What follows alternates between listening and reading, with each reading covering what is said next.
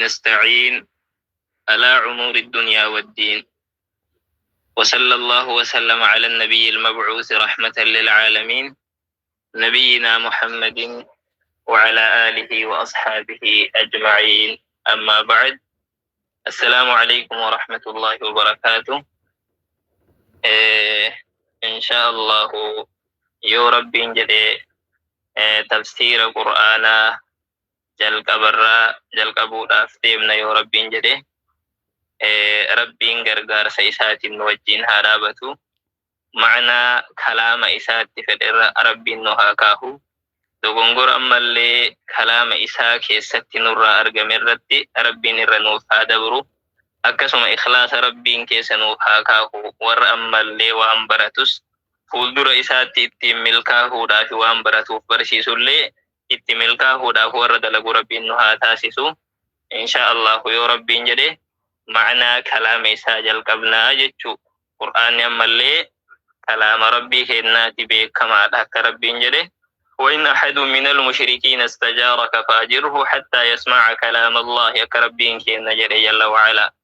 قرآن أمالي كلام ربي تكسم كلامك بجمع الفاتحة بل هو قرآن مجيد أكربين جل أكسم ويتقدري قرآن كنا فؤيد دبة ربين الكاسي.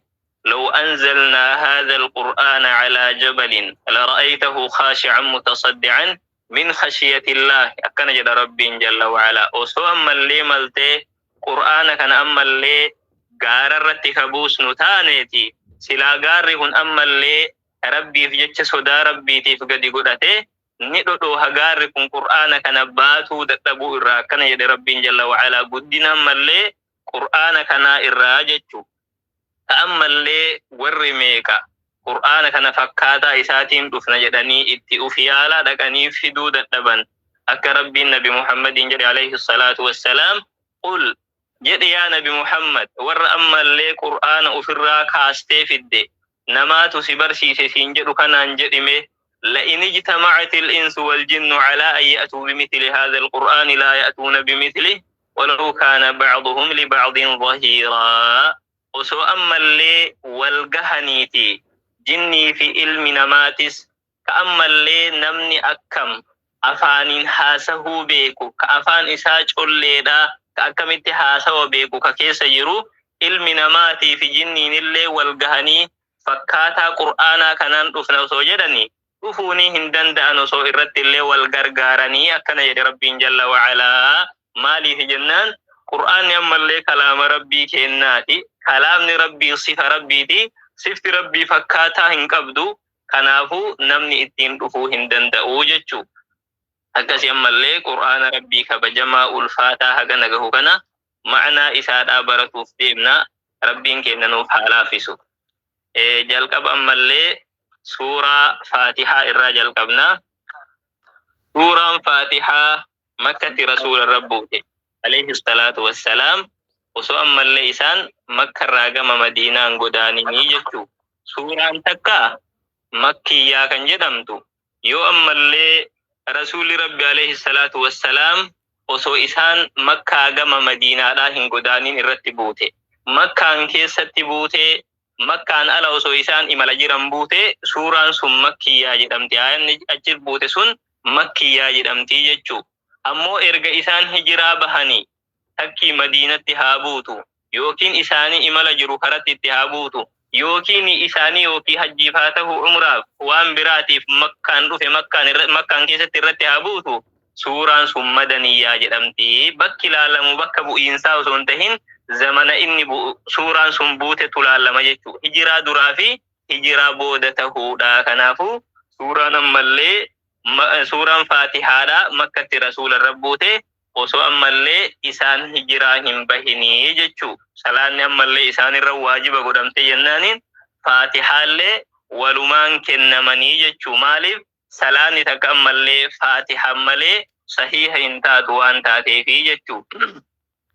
سورة فاتحة دا سورة أمالي صدركا هدو قبدو أكسم أمالي مقود نسيدا مقوت هدو دا تكفى سورة فاتحة جدمتي أمامتي. سورة فاتحة ون جدمتي لأنه افتتح بها القرآن qur'aana kanatu ammallee ittiin jalqabame gama ammallee barreeffamaatii fi gama qaraatiitti bu'iinsa osoo hin ta'in bu'iinsa ka ammallee jalqaba bu'e beekamaadha. Suuraa alaqii suuraan faatihaadha gama barreeffamuutii fi gama qaraatiitti illee jalqabaa jechuu. Akkasuma ammallee salaan illee isiidhaan banama suuraa faatihaatiin banamaa jechuu. Kanaafuu ammallee suuraa faatihaa jedhamtee maqoota ammallee hedduu qabdi. Ulamaa'in lakkaanii haga ammallee maqaa 20 lakkaa'anii sun hundu ammallee homa hadiisa keessatti dhufirraa fudhataniiti jechuu. Maqoota ammallee hedduu qabdi suuraan tunii jechuu. Ummul qur'aanni jedhaniini akkasuma ammallee ummul kitaab faatihaani jedhaniin shaafiyaa kaafiyaa jedhaniin suuraan tun ammallee maqoota hedduu qabdi haga ammallee maqaa 20 gahaa jechuu. Ammallee suuraan tun wanni suurawwan biraa irraa gargar isii godhu وهذه السورة لها مميزات تتميز بها عن غيرها منها أنها ركن في الصلوات التي هي أفضل أركان الإسلام بعد الشهادتين. سورة أما اللي واني أدى إسي قدو صلاة أما اللي إسين أتوبا دينا لا تارسان كيستي أركانا سنمالي أما سورة فاتحة مالي صلاة نما صحيحة هنتاتو جتو. كنافو سورة أما اللي سورة صدركا قداك أبدو جتو.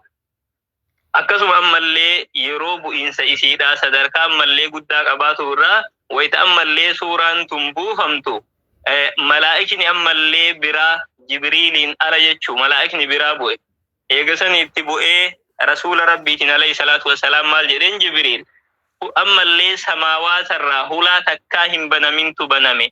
Malaa'ika ammallee takkaa hin bu'in kayoona achillee hin buune haga ammallee dhaabatiinsa qiyaamaa jechuu. Ammallee isaatu bu'ee jedheen maal jedheen eegasanii Nabi Muhammadin alayhi salaatu wassalaam itti dhufee ifaa lamaaniin gammadi jedheen. Ammallee malaa'iktichi sun jechuu ifaan lamaan kami suuraa faatihaa tana akkasuma xumura ammallee suuraa baqaraadha. Suuraa ammallee baqaraa xumura aayata xumuraa sanii jechuu. Kanaafuu suuraan ammallee faatihaadha sadarkaa guddaa qabdi jechuu. Akkasuma ammallee waa'ee basmalaati. Basmalaan ammallee suuraa faatihaa irraa yimoo suuraa faatihaa irraa mitii jechuu. Kana keessa ammallee khilaafatu jira. Ulamaa'in ammallee aqwaala hedduu irratti wal dhaban waa'ee kanaa keessatti jechuu. Warri gariin ammallee maal jedha? Annal basmalata laysat aayatun min alqur'aanil kariimi laysat aayatan min alqur'aanil kariimi mutlaqan. Guutumattu ammallee suuraa qur'aana aayata qur'aanaa irraa miti. Suuraa ammallee namli keessa tan jirtu innahu min Suleymaana wa innahu bismillahir rahmaanir rahiim tajettu san malee barakamaaf ammallee ittiin banan malee suuraa qur'aana irraa miti guutumattu. Akkana jedhe warri gariin. Ulamaa'in ammallee karaa hedduudhaan qawlii kan ammallee ni da'afsanii jechuu. Qawliin lammaffaadhaa maal jedhan? Isiin ammallee suuraa faatihaa irraayi aayanni tun. Suuraa faatihaa irraayi suurota biraa keessatti ammoo suuraa ammallee aayata adda uf dandeettuudha. Akkana jedhan. Suuraa faatihaa qofa keessatti aayata irraayi aayata ammallee suuraa faatihaa irraayi malee suurawwan kaaniin keessatti uf dandeettuudha. Aayata ammallee mustaqillaadha. Akkana jedhan warri gariin. Warri gariin ammallee maal jedha? Suurotuma hunda keessattuu aayatuma ammallee qur'aanaa irraayi. Fakkeenyaaf suuraa takka ammallee walakkoofne isiillee walitti qabnee waliin lakkoofna jechuu. Aayata takka jennee itti aantuun aayata 2 jennee akkasiin lakkoofnaa. Akkana jedhanii qawliin ammoo irra caalaan sahiihni ammallee bismillaan tun basmalaan suuraa hunda keessattuu aayata ammallee mustaqillaadha. Aayata ammallee uf dandeettuudha jechuu. Kanaafuu suuraa hunda keessattuu ammallee irraa hin lakkaahamtu jechuudha. Suuraa san irraa miti adda ammallee aayata uf dandeettuudha. Warri akkana jedhan hunduu qawlii kanneen irratti ammallee ragaa dhiheeffatan qabanii jechuu. Irra caalaan ammallee sahiihni kanaa jechuu. Ahadiisni ammallee hedduunis kan gargaaru kanaa jechuu. Hadiisa ammallee kana gargaaru keessa hadiisa ammallee Muslim odeesse rahimahullah. Rasuuli Rabbi alayhi salaatu wassalaam maal jedhan ammallee hadiisa Abi Hurayraati. Hadiisa san keessatti Rabbiin ammallee jalla wa'ala hadiisa al-Qudsiin keessatti maal jedhe? قسمت الصلاة بيني وبين عبدي نصفين ولعبدي ما سأل. أما اللي صلاة جدوك يا جدو قبريشاتي بكلمة قودي جرا مراني. أما اللي صلاة تيجون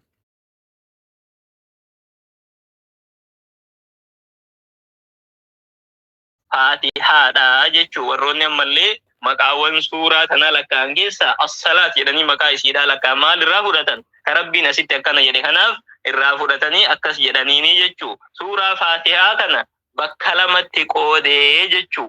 ويتأمل لي قبريتي صلاته ويتإني الحمد لله رب العالمين يو قبريتي جدو ربي كينا جل وعلا مال جدا حمدني عبدي قبريتي كينا فارفتي جرا أكنا جدا.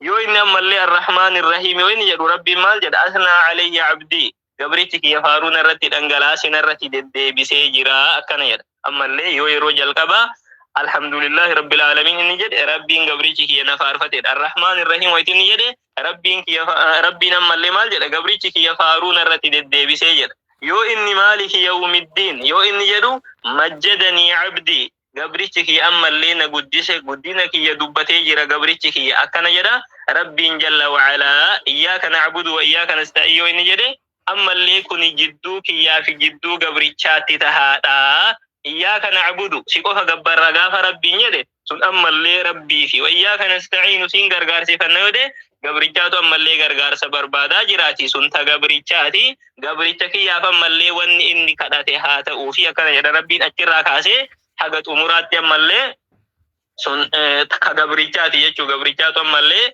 ربي كداتا جرا اهدنا الصراط المستقيم صراط الذين أنعمت عليهم غير المغضوب عليهم ولا الضالين. هكا جيتوتي كن أما اللي كقبريتشاتي هذا لعبدي ولعبدي ما سأل أكنا جد. أما اللي ربي كينا جل وعلا كن أما اللي ون إرتك أجيلشو بسملان. أما اللي سورة تنرى تهو أبوك أجيلشا مالي جنان ربي. أما اللي ويتكاسو الحمد لله رب العالمين يو قبريتك يجد أجرتي مال جد ربي حمدني عبدي أجرتي جد ربي كينا جل وعلا بسم الله دبتو ربون. أما اللي سن الرأيي في سورة فاتحة الرأيي في بسملان جيشو الرتي أكيكا كنافو. أما اللي آية مأدى أفدن ديتو را ور. أما اللي دليل قدتني سورة فاتحة الرأيي أحاديث. أما اللي هدو أحاديث صحيحين كمسلم كبخاري حديث كناتو جرا كأما اللي رسول ربي ويتسلاتا فاتحة بنا الحمد لله رب العالمين جيشو بنا. أما اللي أحاديث جدو فدتا كن أمو مال الرد أكيكا ور الراجوابا.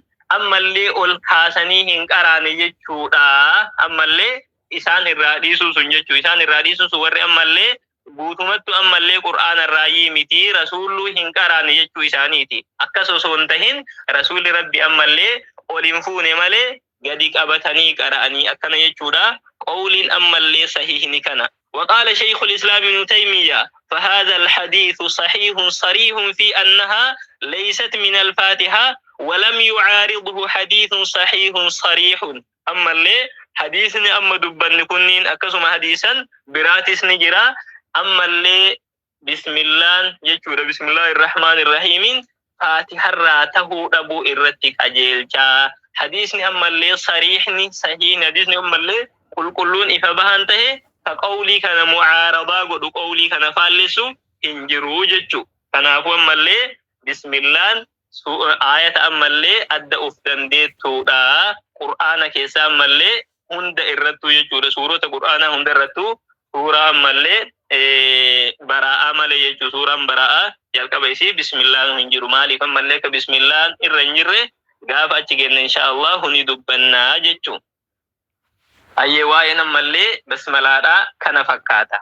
هاي كنو أما اللي مصحف الرتي ويتلالو بسم الله اتلقاها مي بسم الله ولين. أما اللي آية تربتاتي يو. أما اللي بسم الله الراغني أكملت آية تربتاتي كنو ربي ويتدبتو سورة. أما اللي حجري كيساتي ولقد آتيناك 7 من المثاني والقرآن العظيم. كان يرى ربي 7 المثاني نجتي الرجال. أما اللي تفسيرك أما اللي علماء جمهور علماء دار رجرات.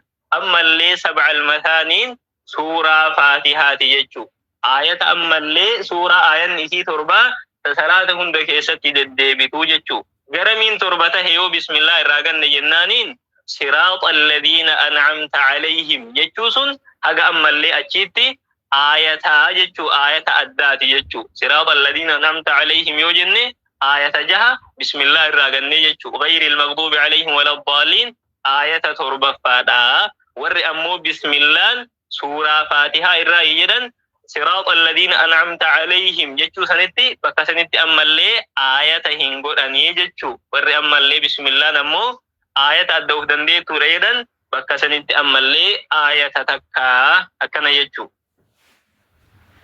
بسم الله الرحمن الرحيم بسم الله بكا الله تنجل قبنا جتو قراتي تينا مكا ربي تنغرغار سفني جل قبنا جتو مكا إسا كيسا أما اللي الله كان دور درسون مكا أما اللي ذاتاتي مكا ذات رتك جلتو ذات ربي هنا رك جلتو أنتهف كناف أما اللي دور درسي جتو أكسم أما اللي مقوان برا مقون ربي كان بودان رفتي جتو كن أما اللي مقوت ربي تيف أما اللي هنغفا جتو أكا أما اللي أسيفا أكسم بكا هدوتي أما اللي قرآن كيستيس قل ادعوا الله أو ادعوا الرحمن أكا أما اللي بكا هدوتي جدامو جتو الله الرحمن نجت ربي أما اللي رحمن نجت أمو الرحمن الله نجت فنافو أما اللي مكا حنقفة هيدو جتو مكوت أما اللي ربي كيسا جتو والله أعلم أي الله جتون أي مألوه جتو قبر ما جتو الله مكا أما اللي إساتين جل قبنا جتو الرحمن ربي أما اللي أكار رحمة قداته الله سن أما اللي كأكار رحمة قداته جتو مخلوقات أما اللي إسا هنداف كأكار رحمة قداته الرحيم جتو لين أكسم أما اللي كأكار رحمة قداته أمو رحماني كناتو أما اللي أكار رحمن إسا بل آته إرتك أجيل جتو الرحيم نمو أما اللي أكار رحمة قدو مؤمن توتك أفاف جتو الرحمانين كأما اللي أكار رحمة قدو يوكين أمو الرحمن يجون كرحمن نساء أكام بلآته ربي كينا رحمة إساء بلآسنين مخلوقات هند أما اللي كان هورتو ور أما اللي إساتو لجريفي ور إساديد اللي كان هورتو جتو رحمة أما اللي إساء بلآسنيني جتو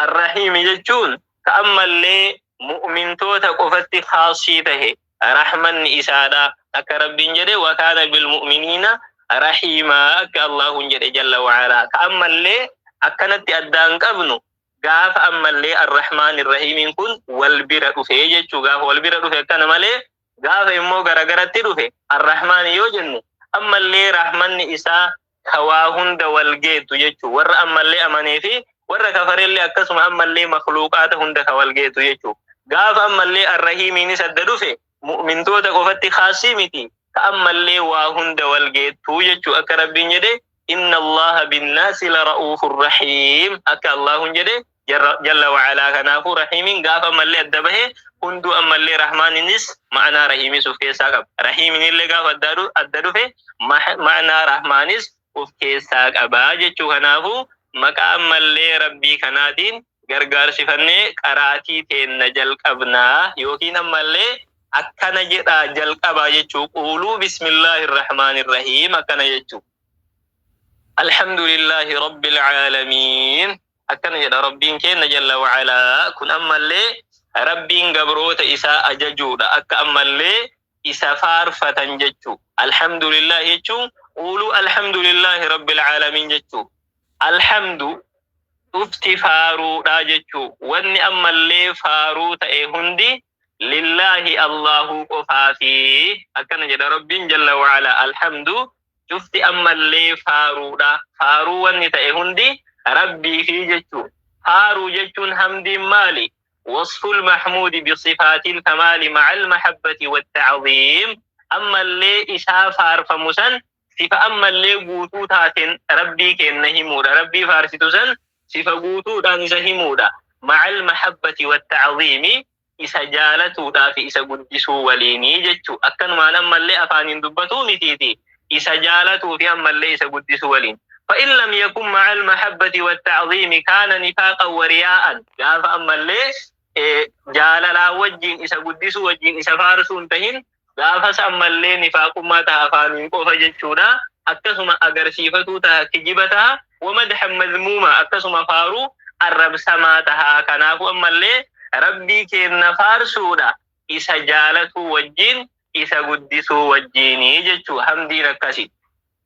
Allahu qofaa fi faaruun rabbil caalamiina rabbii ammallee caalamtoota hundaa kan tahee jechuu rabbii ammallee caalamtoota hundaa kan tahe faaruun ammallee ka isa saniiti.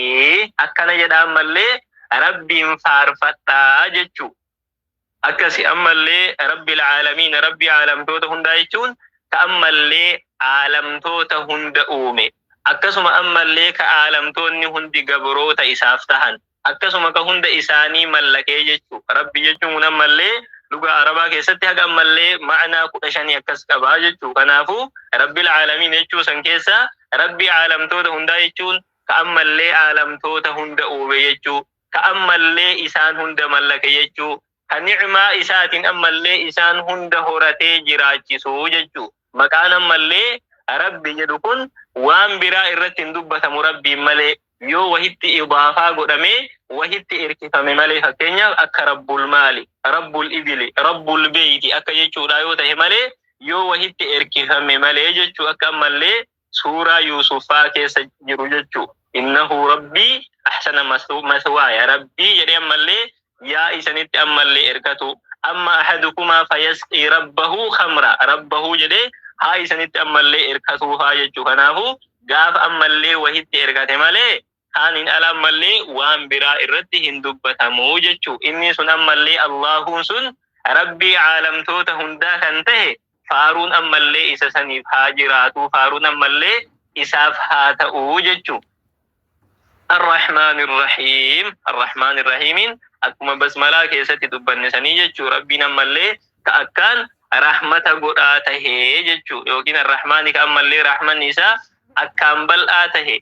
Ar-Rahiim jechuun ammallee rahmanni isaa bal'aadha. Rahmata bal'aa saniin makhluuqaata cufa kan horatu Ar-Rahiimi ka ammallee mu'mintoota qofaaf rahmata godhu yookiin Ar-Rahiimi jechuun ilmu wassili ilaa cibaadihi rahmata isaa bal'oo san ka ammallee gabroota isaatti geessu abbaa fedhetti jechuu. Rabbiin keenya jalla wa'alaa maaliki yawmiddiin maaliki yawmiddiin rabbiin ammallee mootii guyyaa galataa kan tahee yawmiddiin jechuun yawmil jazaa'i guyyaa ammallee galata sun guyyaa qiyaamaati ka ammallee namni hundi galata dalagaa ofii keessatti argatu mootii guyyaa sanii kan tahee jechuu. Rabbiin keenya jalla wa'alaa mootii guyyaa sanii qofa ammallee jedhee dubbatuun guyyaa biraa hoo guyyaa ammallee duniyaadhaa guyyaa dalagaa kana hoo ammallee inni mootii guyyaa kanaati miti jennaaniin Haafiz ibn Kasiir rahimahullahu maal jedhe mafhuumni akkasii jalaa hin fudhatamu. Mootii ammallee guyyaa galataa jennaaniin ammallee ka guyyaa dalagaa kana hoo ka duniyaa kanaa hoo jechuu wanni akkasii jalaa hin fudhatamu. Maaliif jennaan dura rabbil caalamiin jedhee durse waan taheef kun ammallee hunda qabata gaafiin akkasii ammallee jalaa hin fudhatamu. Yookiin ammoo maaliki yawmiddiin wanni rabbiin jedheef mootii guyyaa galataa jechuun duniyaatti illee ammallee mootii guyyaa duniyaa ka guyyaa dalagaa kanaallee ammoo guyyaa san qofa dubbatuun haga duniyaa kana ammallee warri angoo himatu warri rabbiin ammallee angoo xixiqqoo isaaniif kenne ni jiranii gaafas ammoo kunillee ni dhabama jechuu. Rabbiin guyyaa san dubbatee limanil mulkul yawma har'a ammallee angoon eenyuuf himee eenyutu angoo qabedhe rabbiin namni deebisu tokko hin jiru ofumaa deebisee lillaahil waahidil qahhaar akkana jedha. Ammallee guyyaa san wanni guyyaa san qofa dubbatuun guyyaa san dirree bahee mul'ata angoon isaa jechuudha malee akkasuma ammallee rabbiin keenya mootii guyyaa saniitis akkasuma ammallee mootii duniyaatiillee jechuu mootii guyyaa ammallee dalagaa kanaallee jechuu. Qulillahumma maalikal mulki akka rabbiin jedhe ammallee jalla wa'alaa walillaahi ملك السماوات والأرض وما بينهما وإليه المصير كربين. ألم تعلم أن الله له ملك السماوات والأرض ذلكم الله ربكم له الملك تبارك الذي بيده الملك كربين جره.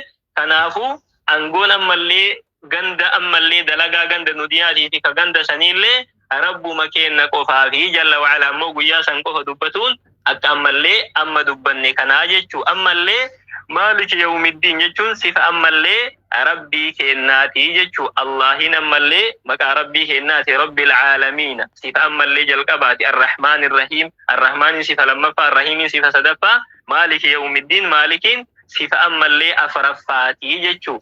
Rabbii ammallee ufti faaruudhaa isaaf haa ta'u jenne sun mootii ammallee guyyaa galataasanii jechuu. Bakki rabbiin keenya itti faarfamu lafaa fi samaawaata keessatti akka rabbiin jedhe walahul hamdu fi samaawaati wal ardi akka rabbiin jedhe wa'ashiyyan wahiina tubhiruun, wa'ashiyyan wahiina tubhiruun, yeroo ammallee galgalaatis yeroo orraatis jechuun yeroo hunda sa'aatii hunda faaruun ammallee ka isaati jechuu. Akkasuma duniyaa fi akhirattis illee rabbiiti faaruun jechuu. Ammallee wahuwa Allahu laa ilaaha illaahu lahul hamdu fil uulaa wal aakhira akka rabbiin jedhe duniyaa fi akhiratti illee فارون كإساتي يجو ربي كينا جل وعلا. يقول الله تبارك وتعالى إياك نعبد وإياك نستعين.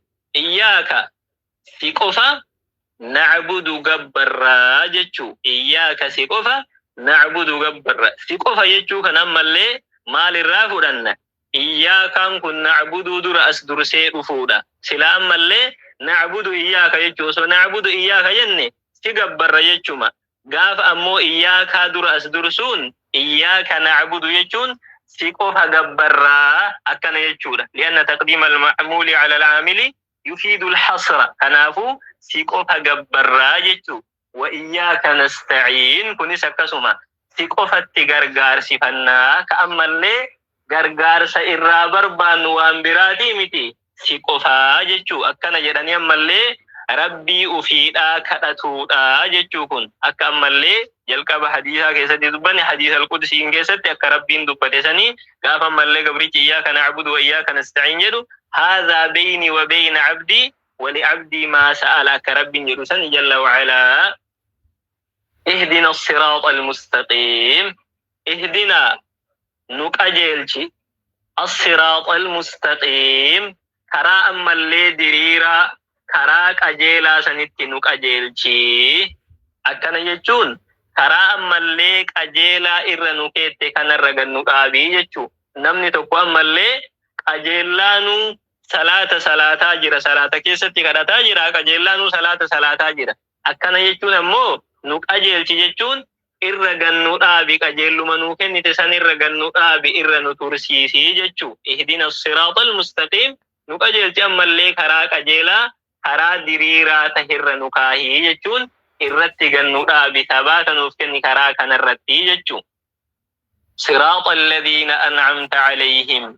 siraata ammallee jalqabaa sanirraa badala jechuu. siraata alladhiina an'amta calayhim karaa ammallee warra irratti arjoomtee irratti tola ooltee sanitti nu qajeelchi jechuu. karaan ammallee itti nu qajeelchi jennee nuti si kadhannu irra gannu dhaabi jennee nuti ammallee si kadhannu sun karaa ammallee warra ati isaan irratti arjoomtee isaan irratti tola ooltee sanii jechuu. karaa sanitti nu qajeelchi jechuu. warri ammallee rabbiin irratti tola oole, warri ammallee rabbiin tola irratti oole ka karaa isaaniiti nu qajeelchi jedhanii kadhatan kun akka rabbiin ammallee suuraa nisaa keessatti dubbate ومن يطع الله والرسول فأولئك مع الذين أنعم الله عليهم من النبيين والصديقين والشهداء والصالحين كربين ري ورسنين أجت لكاه وحسن أولئك رفيقا كان يدتمر ربين ور أما اللي سنين واهلتهون